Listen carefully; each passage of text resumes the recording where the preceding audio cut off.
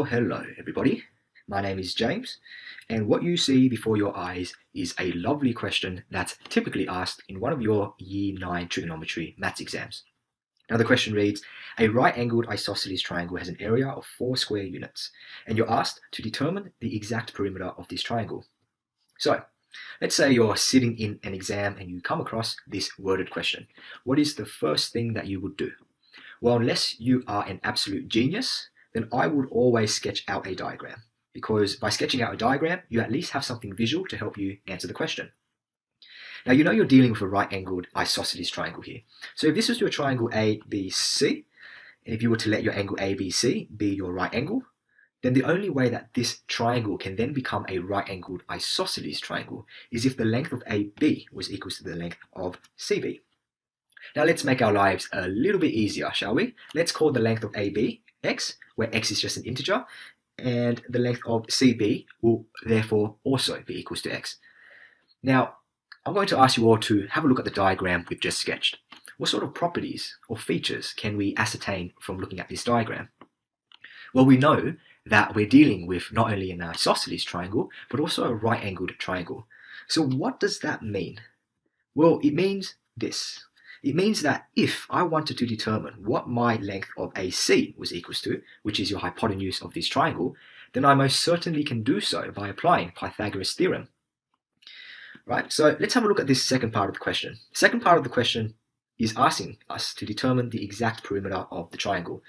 Do we all see how the exact perimeter of this triangle is precisely determined by first finding out what the value of x is equals to, and then applying Pythagoras to work out what the value of your length of AC is equals to, and then just adding the sum of all three sides of this triangle?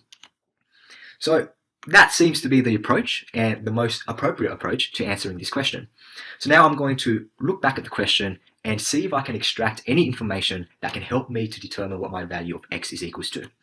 If I read this question, as clear as a crystal ball, tells you that the area of this triangle is actually equals to 4 square units. Yeah? As plain as day, tells you that this area of this triangle is equals to 4 square units. So let's recall to mind what the formula for an area of a triangle is. It's equals to A for area, half times your length of your base times the length of your perpendicular height of the triangle. Now we can see here in our diagram, we know what they are. It's just x. So when you substitute your base and your height of your triangle into your formula, you would get half times x, which multiplies to x squared on 2. Now the question again tells you that this area is equals to 4 square units. Therefore, you can equate x squared on 2 is equals to 4, and this is given to you in the question. Now, do we see how if you were to now make x the subject in this equation, you would be then able to work out what the value of x is equals to. So when I multiply both sides by 2 and I square root both sides, I would get x is equals to 2 root 2.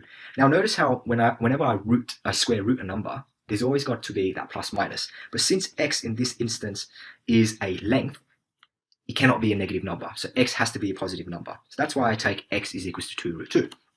Now when we get to this point of the working out, we should celebrate. We'll look up at the time. If we were doing this in exam conditions, we'll look up at the time and then we'll think to ourselves, okay, I'm on track, everything's all good, I've worked out what x is equals to, I can now apply Pythagoras Theorem to work out what my length of AC is equals to, and then I can work out my perimeter of the triangle. So now we say, in triangle ABC, I know that AC squared is equals to AB squared plus CB squared, and this is your application of Pythagoras Theorem, which becomes x squared plus x squared. We know what that is. We've worked it out to be 2 root 2 squared, so 2 root 2 squared here. And when you make AC the subject, you would get 8 plus 8. So when you square root both sides, you would get AC to be 4. Now you can conclude, therefore, your perimeter of triangle ABC is going to be 4 plus 2 root 2 plus 2 root 2, which becomes 8 plus 4 root 2. Now when you get to this, not 8 plus 4 root 2, silly me, right? 4 plus 4 root 2. There we go. That looks a lot better. Now, when you get to this step of the working out, it can be very easy to then put this into your calculator and then express your answer as a decimal. But notice how in this question, the question specifically asks you to express your answer as an exact perimeter. So you'll just keep it as 4 plus 4 root 2. And remember your units. This question does not specify whether it's in centimeters or meters or kilometers. So you just keep, or you would express your answer as units at the end. And that is how you would solve this question for full marks. If this was out of 2 marks, then this working out would yield you the full 2 marks.